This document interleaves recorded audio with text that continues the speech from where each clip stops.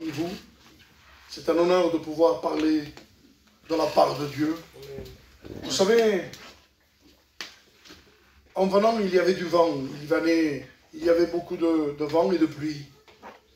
Mais vous savez, dans la parole, il y avait des hommes qui ont porté des messages. Et nous, on vient ici avec des voitures, avec des moyens, on est bien, on a la clim, on a tout. Ces hommes, vous savez, porter, c'était des lettres. Il est porté à cheval. Il est porté à bateau, il est porté à pied. Il mettait des jours et des jours pour y arriver. Et eux, ils ne compliquaient pas en vérité. Nous, si on est là une demi-heure, trois quarts d'heure, une heure, on va dire c'est long. Et ils passaient des journées à marcher. Ils n'avaient pas des chaussures comme nous avons. Non, non, ils avaient des sandales. Ils marchaient, ce n'était pas des routes comme nous avons nous. Non, non, c'était rocailleux. Pour marcher, vous savez, ils passaient des heures et des journées même. Et ils ne se plaignaient pas. Parce qu'il devait annoncer la parole de Dieu. Amen. Alors je bénis Dieu, parce que nous sommes des privilégiés. Nous sommes heureux. Heureux de pouvoir annoncer le conseil du Seigneur. Dans cette soirée, vous savez, je ne suis pas venu avec un mot à moi. Je suis venu avec un mot du Seigneur. Amen. Parce que je sais que le Seigneur aime. Amen. Le Seigneur veut sauver. Amen. Le Seigneur veut changer ta vie. Amen. Il veut changer ton cœur. Simplement, écoute bien. Ne t'habitue pas aux réunions. Ne dis pas demain, demain. Non, non, non, non. Le lendemain ne nous appartient pas. Oui. Que nous soyons jeunes ou vieux. Il est dit dans la parole de Dieu que nous ne pourrons pas ajouter une coudée à notre vie. Aujourd'hui, nous sommes là. Mais à l'instant après, nous ne savons pas ce qui peut se passer. Mais le Seigneur veut te sauver. Le Seigneur a donné son Fils bien-aimé. Ce qu'il avait de mieux dans le ciel, il a donné pour toi, pour ces moments. C'est ça le but. Alors, écoutez bien, avant toute chose, nous allons nous incliner encore une fois. J'aimerais que le frère Angelo, je lisais une histoire, il est dit que la première mission dans l'espace, il y avait 3 hommes. Alors, ils sont partis, c'était Apollo, et pour faire au plus court, ils sont montés dans l'espace. Et là, vous savez, il y avait la Terre d'un côté, et de l'autre côté, ils avaient la Lune. Et de l'autre côté, ils avaient la Lune. Alors, ils regardaient. Ils voyaient la Lune. Là, nous, on voit une Lune resplendissante, on dirait, le soir. Mais eux, quand ils étaient prêts, quand ils regardaient la Lune, ils voyaient quelque chose de triste. Ils voyaient quelque chose sans vie. Ils voyaient quelque chose qu'il n'y avait pas la vie, qu'il n'y avait que des cratères, des choses vraiment tristes. Et là, de l'autre côté, ils se sont tournés. Et ils ont vu la Terre. Et là, vous savez, c'était la NASA, on leur demande à ces 3 hommes de dire quelque chose, un mot. Alors ces hommes, pendant un moment, ils restent silencieux. Pourtant, c'était des astronautes. C'était des hommes calés. C'était pas des gens comme moi, simples gitans. Non, non, non. Alors ils regardent. Ils regardent la Terre. Et vous savez ce qu'ils font? Ils ouvrent la Bible. Et il dit, au commencement, Dieu créa. Et pendant, ils ont lu les 10 textes. Et ces 3 hommes ont dit la même chose. Je bénis Dieu pour ça. Parce qu'au début, il n'y avait rien. Et le Seigneur a créé. Le Seigneur qui a créé les cieux et la terre, qui a créé les firmaments, qui a créé les mers, les torrents, les sources d'eau vive. Le même Seigneur est là ce soir. Amen. Il est le Dieu créateur. Il est capable, si dans ton cœur il y a la tristesse, s'il y a l'angoisse, parfois, tu sais, derrière un sourire, se cache une détresse horrible. Parfois, peut-être quelqu'un t'a invité. Alors tu es venu pour faire plaisir. Détrompe-toi. C'est le Seigneur qui a perdu. Amen. Parce que moi, je sais que mon Dieu, il sait de la manière que tu es rentré. Que tu sois jeune ou vieux, peu importe. Au jour d'aujourd'hui, l'angoisse et la tristesse touchent tout le monde. Qu'on soit riche, pauvre, vieux, jeune. La tristesse et l'angoisse touchent tout le monde. Nous sommes un peuple gitan et parmi nous, des fois, il se passe des choses tristes, des choses angoissantes. Mais crois-moi que le Seigneur connaît. Le Seigneur que je possède, il s'appelle Jésus. Il est capable de changer ton cœur. Il est capable de changer ta vie. Il est capable de mettre la vie dans ton cœur et dans ta maison. Que Dieu soit béni. Ce soir, j'aimerais vous parler de la repentance. Quelle importance la repentance. Amen. Vous savez, la repentance est quelque chose de très important. Et j'aimerais vous lire un texte pour ceux qui ont la parole de Dieu. Parce que comme je vous disais, je ne suis pas venu ici vous parler de moi-même, ni d'un bon gitan que je suis. Non, non, non. Je vais vous parler de la part de Dieu. Le texte, c'est à Pierre 2, Pierre 3, 9. Et j'aimerais le lire ensemble. Le Seigneur ne tarde pas dans son accomplissement de sa promesse, comme quelques-uns le croient, mais il use de patience envers vous, ne voulant pas qu'aucun périsse, mais voulant que tous, c'est ça l'important, arrivent à la repentance. Que Dieu soit béni. Vous savez, la repentance est quelque chose de très important. Déjà, il faut comprendre son état. Il faut comprendre que nous-mêmes, nous ne pouvons rien. Au jour d'aujourd'hui, les gens cherchent le bonheur. Au jour d'aujourd'hui, vous savez, tout le monde veut le bonheur. Alors nous allons dans le monde.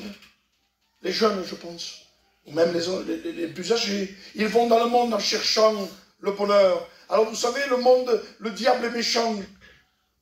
Le diable te fait croire que dans le monde, tu pourras t'en sortir.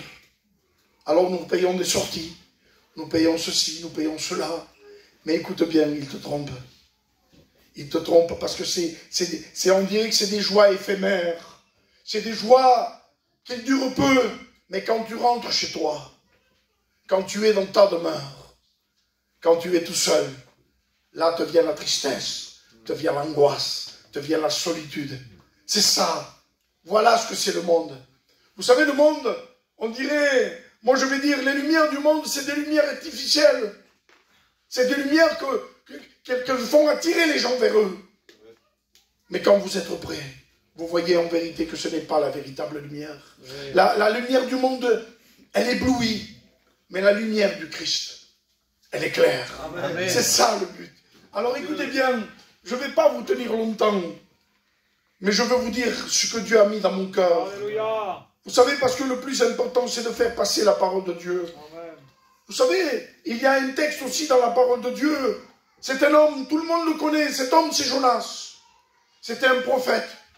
Et là, le Seigneur lui parle dans son cœur. Il lui dit, Jonas, il lui dit, lève-toi. Va à Ninive la grande. Et d'un coup, il lui dit, crie à Ninive, car sa méchanceté est montée jusqu'à moi. Moi, quand je regardais la parole, je disais, mais comment on crie? Comment, Seigneur? Je ne comprenais pas, mon vérité. Comment, Seigneur? Non pas un beau message. Non pas des beaux cantiques avec des instruments pour toucher le cœur. Parce qu'au jour d'aujourd'hui, les gens veulent ça. Les gens mettent un sentiment. Ils veulent toucher du piano. Et le serviteur annonce le conseil. Moi, Dieu le sait, je ne veux pas toucher le sentiment. Moi, ce que je veux, c'est toucher ton cœur à travers la parole de Dieu. Amen. Parce que le seul qui change une vie, c'est Dieu. Amen. Le seul qui change un cœur, c'est Dieu. Amen. Ce n'est pas un sentiment humain. Ce n'est pas un bon conseil de gitan, comme vous disiez. Loin de là. Non, non, non, c'est Dieu qui change un cœur. Alors il dit, Jonas, lève-toi. Va à Ninive la grande. C'était une très grande ville. Il fallait 3 jours de marche pour traverser la ville. Alors Jonas, il se lève. Malgré tous les déboires et tout ça, il y va. Pourtant, c'était une ville, Ninive, c'était en Assyrie. Ils étaient contre les Juifs. Ils étaient contre les Israéliens. C'est pour ça que dans son cœur, Jonas ne veut pas y aller. C'est pour vous faire comprendre, malgré tout prophète qu'il était, ça veut dire que sa parole, en vérité, c'était qu'un messager, lui. Lui, il venait annoncer le conseil. Nous, nous sommes rien, nous sommes que des messagers. Moi, je n'ai pas le pouvoir de changer ta vie. Moi, je ne connais pas ton cœur. Mais le Dieu, Christ, lui connaît ton cœur. Lui, il a le pouvoir de changer ta vie. Alors, Jonas, il y va. Il lui dit qu'il traversa pendant 1 jour toute la ville. Et pendant 1 jour, il disait, si vous lisez bien, Jonas, je parle pour les frères et les sœurs, si vous lisez bien, Jonas, dans tout ce livre, il ne parle jamais de repentance. Souvent on dit, Jonas disait repentez-vous. Non, non, non, non. Non, non, il ne disait pas repentez-vous. Il ne parle pas de repentance. Il traverse la ville. Alors pendant 3 jours, il annonce lui, en disant, Ninive va être détruite dans 4 jours. Ninive va être détruite dans 4 jours. L'Éternel a dit que Ninive, sa méchanceté est à son comble. Alors écoutez bien, et il est dit, dans la parole de Dieu que les gens de Ninive crurent Jonas et crurent à Dieu. Pourtant, ce n'était pas une belle prédication qu'il faisait. Pourtant, c'était pas, il ne disait pas, repentez-vous. Le Seigneur, si vous vous repentez, il va vous sauver. Non, non, non, non. Il disait que la ville allait être détruite. Alors écoutez bien, ce soir, il y a plus grand que Jonas ici. Amen. Il y a plus grand que n'importe quel serviteur. Amen. Il y a le Christ. Amen. Il vient t'annoncer que si tu tardes, le Seigneur revient. Et où tu vas, si le Seigneur revient. C'est ça le but. Vous savez, qu'on soit jeune ou vieux, on peut vivre jusqu'à 80, 90, 100 ans, béni soit Dieu. Mais tôt ou tard, nous comparaîtrons devant Dieu. Si tu fermes les yeux, où tu vas. C'est ça le but d'une réunion. Arrêtons de faire des beaux discours, des belles choses. Non, non, non, non. Il dit crie, parce que vous écoutez bien, quand il dit crie, parce que si quelqu'un est en danger, nous devons, c'est normal, si nos enfants sont en danger, nous n'allons pas dire, non, il toque au piano. Mais une mélodie, mon fils, attends, il va se faire écraser, hein. Mais une mélodie, hein, je vais toucher les sentiments, moi. Mais c'est pas ça, tu vas crier, attention, mon oeil, le Seigneur, il crie comme ça, parce qu'il voit ton danger, il voit de la manière que tu pars, il voit de la manière où tu vas aller. Alors le Seigneur, dans un côté, il me dit, crie Marc, crie ce soir, crie dans ton église de Narbonne, dis-leur que le retour du Seigneur est proche, dis-leur qu'ils se repentent, dis-leur que j'ai de l'amour pour eux, dis-leur que je veux les sauver, qu'il n'est pas trop tard. Voilà ce que dit Dieu. Aujourd'hui, ne cherchons pas des bons sentiments. Dieu le sait que je ne cherche pas ça, moi, Dieu. C'est vraiment qu'il y ait des cœurs repentants, qu'il y ait des cœurs intelligents. Souvent, on dit, tel jour, il y aura une mission. Tel jour, il y aura tel frère qui va venir. Ah, lui, il a un bon ministère, hein. Mais ne trompe-toi, peut-être ce jour-là, tu ne seras plus. Peut-être pour toi, ce sera trop tard. S'il dit, il y en a qui disent, au commencement, le chapitre que je vous dis, qu'il tarde à venir. C'est parce qu'il use de patience pour toi. Il veut que tu périsses pas. Il veut que tu te sauves. C'est ça le but d'une réunion. Ce n'est pas de venir parce qu'il faut venir. C'est bien de venir à la réunion, de le succéder. Mais que tu sois jeune ou vieux. Écoute bien. L'ennemi te trompe. L'ennemi veut te prendre à toi. Il veut te faire du mal. Il veut te détruire. Et tu sais qu'est-ce qu'il va te dire? Tu es trop pécheur, toi, pour te convertir. C'est trop dur d'aller à l'assemblée. Les autres peuvent, toi tu ne peux pas. Toi tu n'y arriveras pas. Détrompe-toi. Il n'y a aucun péché que le Seigneur ne peut pardonner. Le Seigneur haït le péché. Il déteste le péché. Mais qu'est-ce qu'il aime, le pécheur? Vous savez, comme je vous disais, ce mot crier, quand quelqu'un est en danger, l'importance de dire que tu es en danger, que tu vas mourir. Que si tu fermes les yeux, tu vas en enfer. Tu vas me dire, qu'est-ce qu'il dit? Mais je suis obligé de te dire ça. Amen. Je ne veux pas te mentir, moi. Vous savez, il y a des jeunes, Dieu le sait, il y a des jeunes, qu'ils étaient du côté de chez nous. Ils étaient bien. C'est sûr qu'ils devaient préparer Noël aussi. Ils devaient préparer des choses. Ils devaient se préparer même eux-mêmes. Alors ils ont parlé à leur père. Leur père, vous savez, c'est sûr qu'ils pensaient à les revoir. Ils sont sortis. Et ils sont morts. Mais où vas-tu? C'est ça le but d'une réunion. Le réunion, en vérité, moi je ne viens pas vous annoncer. L'évangile, c'est une bonne nouvelle si tu te repens. Mais si tu ne te repens pas, c'est triste pour toi. Souvent, ma femme me dit, écoute, quand tu montes, tu es triste en vérité. Tu es trop sérieux. Je lui dis, mais écoute, une réunion, c'est très important. Ce n'est pas n'importe quoi, une réunion. Il y a des vies qui se jouent. Je ne peux pas dire, allez, vous êtes tous perdus. Tout le monde est perdu. Mais non, non. Non, non, non. Moi, ça m'attriste si je vois des cœurs qui n'acceptent pas Dieu. Et le Seigneur, encore pire. Il est dit qu'un jour, le Seigneur s'approcha de Jérusalem.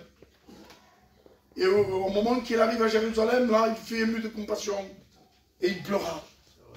Et il dit un mot, quelque chose d'important. Il dit, Jérusalem, Jérusalem, si tu aurais connu le temps où tu as été visité, combien de fois tu es rentré dans l'église, toi? Combien de fois tu as levé la main? Combien de fois tu as entendu des grands serviteurs, même des grands chanteurs? Peut-être tu as eu une frisson, allez, on va dire. Mais quelle tristesse, mon Seigneur, de ne pas accepter Dieu. Être aussi plein de Dieu et de passer à côté. Vous savez, il m'est arrivé, moi, de passer à côté de quelqu'un. Pourtant, un frère m'avait parlé de lui, mais moi, je ne le connaissais pas. Et il me dit, tu sais, Marc, le frère à qui tu passais, c'était telle personne. Je dis, ah bon? Mais je ne le connaissais pas. Mais rencontrer quelqu'un, c'est différent. On connaît comment il est. Et rencontrer le Seigneur, croyez-moi, il est différent. Si on rencontre réellement le Seigneur, on voit son amour, on voit sa fidélité, on voit sa bonté. On voit que c'est un Dieu, quand il rentre quelque part dans une vie, il met la lumière, Amen. Il met sa paix. Amen. Je ne te dis pas que ce sera un tapis rose, qu'il y aura toujours des bonnes choses, qu'il n'y aura pas de combat. Non, non, non. Il y aura des combats. Il y aura des souffrances peut-être. Il y aura des maux. Mais nous sommes plus seuls. Il y a le Seigneur qui marche devant nous. Et avec lui, croyez-moi, que nous craignons rien. Quelle importance d'avoir quelqu'un à qui s'appuyer. Quelle importance à qui se confier. Et en qui, écoutez bien, en qui on peut compter en tout temps. Amen. Ma femme vous a dit le témoignage de mes enfants. Vous savez, mes enfants avaient fait quelque chose de mal. Et je vous le dis, Dieu le sait que c'est une vérité. Quand c'était marqué aux journaux, et quand le jugement a été prononcé, sur le journal, c'était marqué « Dieu est rentré dans le tribunal ». Dieu le sait que c'est une vérité. C'est pour vous dire que le Seigneur, il est capable de rentrer dans ton cœur. Amen. Simplement, écoute bien, ce soir, il faut que tu lui dises. Il faut que tu lui dises, mais comment ça? Alors, il est dit que ces gens de Ninive, ils comprirent. Le roi le premier. Pourtant, c'était un roi, c'était pas n'importe qui. C'était un roi. Il aurait pu dire, mais moi, je ne dois pas me repentir. Qui suis-je, moi? Je suis le roi de Ninive. C'était une grande ville. Non, non, le roi comprit. Il se déchira les vêtements, il est dit. Il se mit des sacs.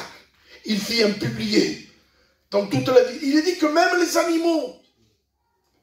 animaux, ils jeûnèrent. Et là, le Seigneur, en vérité, il se repentit. Il dit, je vais sauver Ninive. Je lui ai accordé la vie. Alors écoutez bien, c'est ça la repentance véritable. Tu n'as pas besoin de t'habituer aux réunions. Tu n'as pas besoin de dire de lever la main. Non, non, non. Lève ta main. Que Dieu soit béni si tu lèves la main. Mais tu n'as pas besoin de faire une belle prière non plus. Simplement de répandre ton cœur. De reconnaître ton état. Écoute bien, tu peux aller au meilleur docteur. Mais si tu ne lui dis pas le mal que tu as, si tu t'assis pas, tu t'assis devant lui et tu restes muet. Et là, écoute bien, hein, il peut avoir le meilleur professeur. Si tu es condamné à mort, alors il va rien comprendre. Il va dire, mais comment?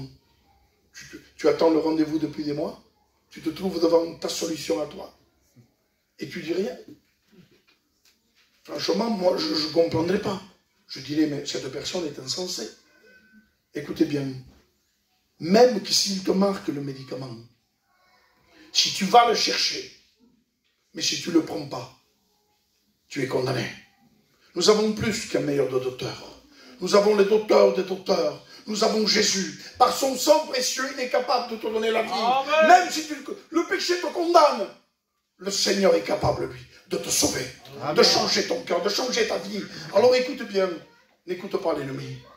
Crois-moi, si tu te sens pécheur, si tu te sens délaissé, tu vas dire non, c'est pas pour moi. Moi, quand je vais à l'église, personne ne me regarde. Moi, personne ne fait cas, détrompe-toi. Le Seigneur te voit. Le Seigneur, il sait de la manière que tu es rentré. Si tu es angoissé, attristé, le Seigneur te connaît. Parce que le Seigneur, de loin, il dit qu'il pénètre ton cœur. Amen. Il pénètre tes pensées. Il sonde les cœurs et les reins. Même il connaît les cheveux que tu as sur ta tête. Alors si tu lui dis au Seigneur, de la manière que tu souffres, que tu as besoin de lui, le Seigneur, crois-moi, qu'il va non seulement te relever, mais il va changer ta vie. Simplement, écoute bien, il faut que tu reconnaisses ton état. Il faut que tu comprennes que toi, tu ne peux rien. N'essaye pas de t'arranger. Il y en a qui me disent, non, non, demain j'irai mieux. Demain je vais arrêter de fumer. Ou demain il y aura telle chose. Non, non, non. Non, non. Viens comme tu es. Le Seigneur, il veut que tu viennes comme tu es. Dans l'état où tu es. Parce que toi, tu en es incapable comme moi. Mais lui, il en est capable. Amen. Lui, il est capable de changer ta vie. Il est capable de changer ton cœur. Et il y avait un autre homme, pour faire au plus court. Cet homme, tout le monde le connaît, il s'appelle Jean le Baptiste. Cet homme, c'était un homme, écoutez bien, qui prêchait dans le désert. Cet homme, il n'y avait rien pourtant dans le désert, c'est ça que je vous disais.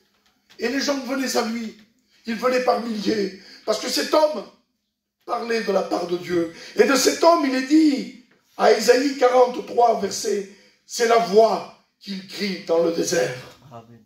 Je bénis Dieu pour ça. Parce que le Seigneur, quand il crie, c'est pour te sauver. Et cet homme, à un moment donné, vous savez, cet homme disait, repentez-vous, repentez-vous, car le royaume de Dieu est proche. Et là, il est dit à Matthieu, de loin, il vit Jésus. Il vit Jésus venir. Vous savez, Jean le Baptiste, c'était le fils d'un sacrificateur, lui.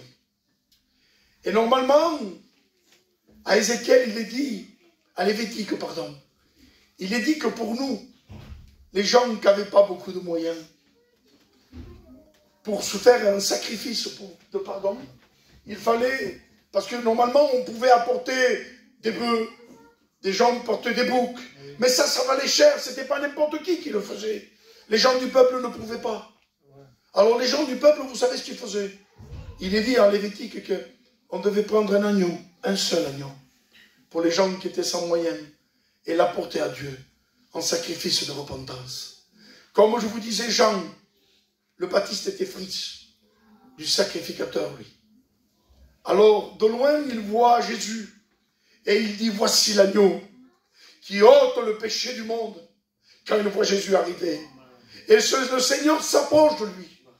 Et le Seigneur, vous savez, et Jean dit, non, Seigneur, moi, je ne peux pas te baptiser, moi. Je ne suis pas digne de te lier les sandales. Mais Jésus lui dit quelque chose d'important. Il lui dit, Jean, faisons ce qui est convenable. Je ne comprenais pas, mon second. Parce que Jean, dans un sens, c'est moi qui le dis, ça. Il était fils de sacrificateur. Alors il approuvait l'agneau. Parce que l'agneau, vous savez, quand on l'apportait au sacrificateur, il devait le regarder pendant quelques jours. Voir s'il était bon, qu'il n'y avait pas de défaut. Mais quand Jean voit Jésus de loin, déjà il le teste comme Jésus ôtant le péché du monde, comme le Jésus, l'agneau immolé, l'agneau parfait, l'agneau sans tache. Lui pouvait porter nos péchés, parce que nous pouvions les porter, nous ne pouvons pas les porter. Le seul qui peut, c'est lui. Alors croyez-moi que Jésus, ces moments, il les a payés un grand prix. Il était dans le ciel, pour faire au plus court, adoré de tous. Les anges l'adoraient. Les anges, vous savez, ils le servaient à lui. Il n'avait pas besoin de descendre. S'il voulait, il y avait des grands hommes sur la terre. Il y avait Élie, il y avait Moïse, il y avait Abraham, il y avait les anges, Gabriel, Michael. S'il aurait voulu, il aurait envoyé un de ses anges. Non, non, non. Lui, il s'est dépouillé de sa gloire. Il a dit, Seigneur, envoie-moi, moi, que je descende pour eux. Et il s'est dépouillé de sa gloire. Il est descendu en simple homme, écoutez bien, en simple homme. Non seulement il est descendu en simple homme, mais quand il est né, il a été rejeté de tous. Pourtant, c'était un bébé, lui. Un bébé, pourtant, c'était le Fils de Dieu. Il méritait le plus beau berceau. Un berceau en or, plein de pierres précieuses. Non, non, non, il n'y avait pas de place, au contraire.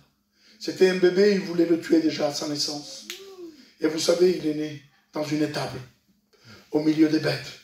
Il n'y avait rien pour lui. Il n'avait pas le beau berceau, vous savez. Pour ces moments-là, pour l'église de Narbonne, il est né, on l'a mis dans un abreuvoir. Dans un abreuvoir, le Fils de Dieu, pour toi, mon ami. Pour toi qui es là. Regardez de quelle manière il t'a aimé. Il est dit qu'il a grandi. Il grandissait, et son savoir, lui, c'était pour accomplir la volonté du Père. Il était venu, alors un jour, il va au temple. Il avait 12 ans, il était jeune, lui. Et il posait des questions au rabbi. Et les rabbins, ils étaient là en train de s'étonner de sa connaissance. Alors il lui dit qu'il grandissait, il grandissait. Mais il grandissait comme tout le monde. Pour comprendre, vous savez pourquoi il grandissait comme nous? Pour comprendre ta douleur. Pour savoir ce que tu passes. Pour savoir si tu as faim, si tu as soif, si tu es fatigué. S'il y a des gens autour qui veulent te faire du mal, lui il le savait déjà ça. Parce qu'il l'a passé. Il a dit qu'un jour, fatigué du voyage, il s'assit sur un puits. C'est pour vous dire, il avait soif, il demande de l'eau. C'est pour comprendre ta douleur. Bien sûr que Jésus était typiquement Dieu, mais il était typiquement homme quand il était sur la croix. Et là, il va jusqu'à la croix. Alléluia. Il va à Gethsémani au-devant. À Gethsémani, moi je veux dire que c'est le plus grand des combats. Vous savez, là, il se met en prière. Il commence à prier. Et là, au début, tout le monde voulait le suivre, ses apôtres. Il disait, Seigneur, j'irai jusqu'au bout, moi, avec toi. Et au moment voulu, au moment de prière, il lui dit, veillez avec moi 1 heure. Et ils n'ont pas pu veiller. Ils l'ont laissé tout seul. Il lui dit que le Seigneur s'éclata à un jet de pierre. Et là, il tomba à genoux. Il tomba face contre terre, je veux dire. Face contre la poussière. Et il dit que sa sueur, ça changea en grumeaux de sang. Et chaque grumeau, moi je vais dire, disait pardon, pardon, pardon, pardon pour toi, pour tes péchés, pour nos offenses, pour mes manquements.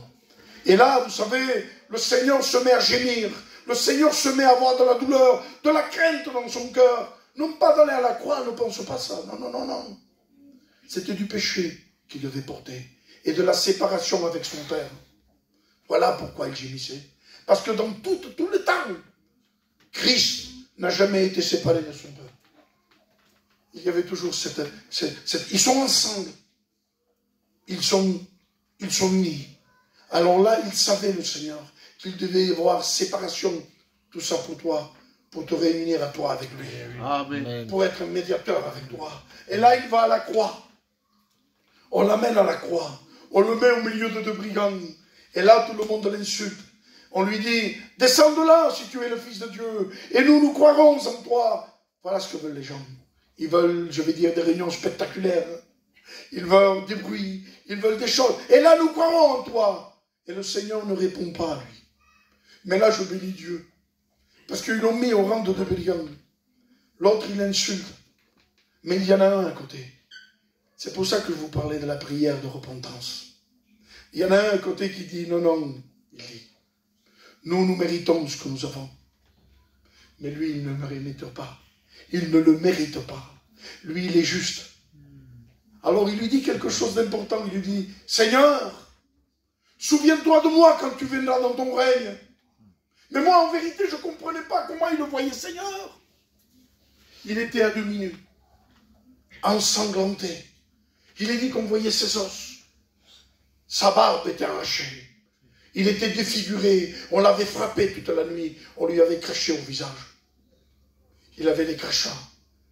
Tout ça pour toi, mon ami. Alors écoutez bien.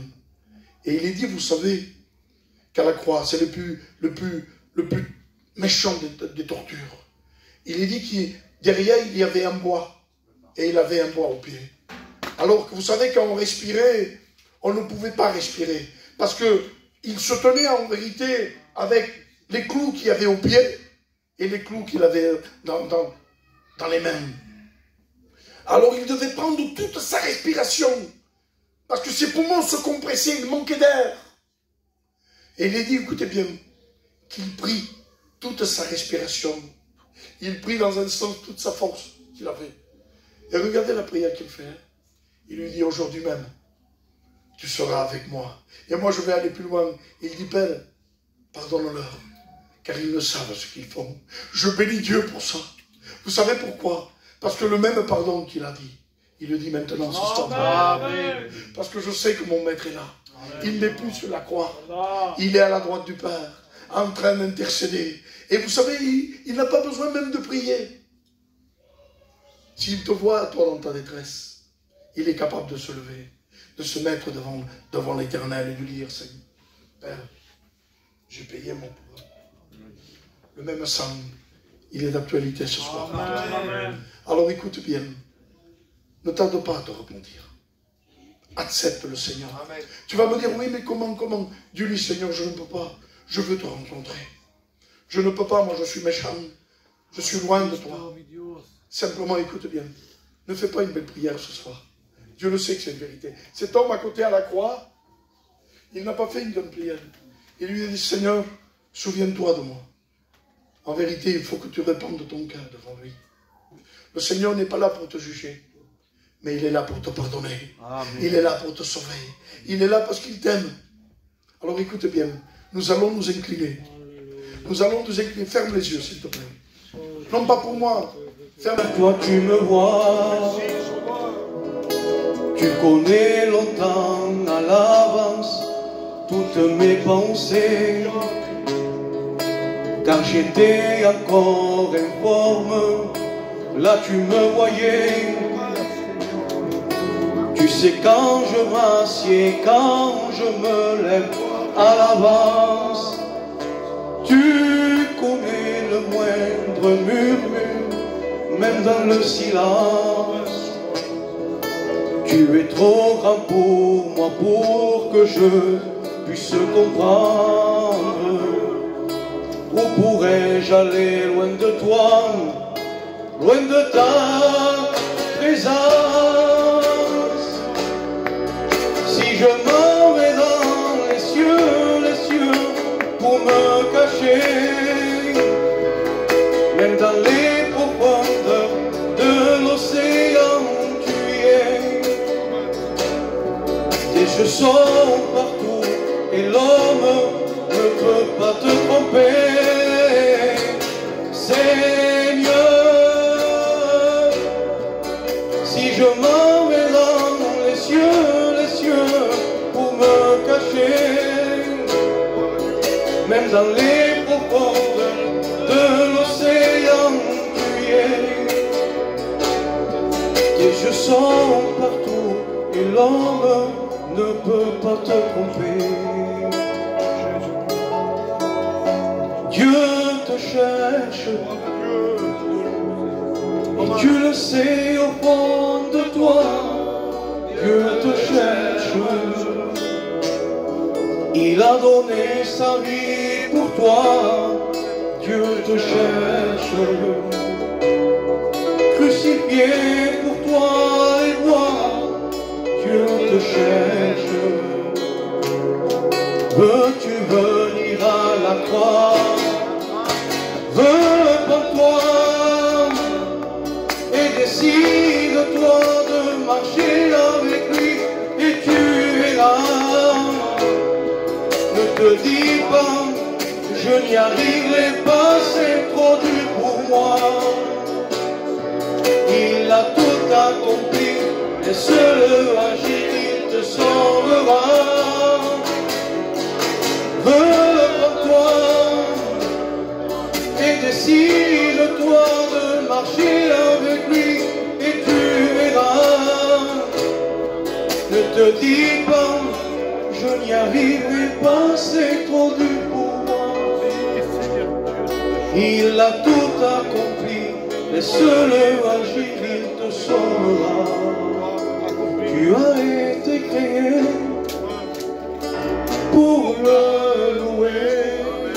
Ensemble, tu as été créé pour l'adorer.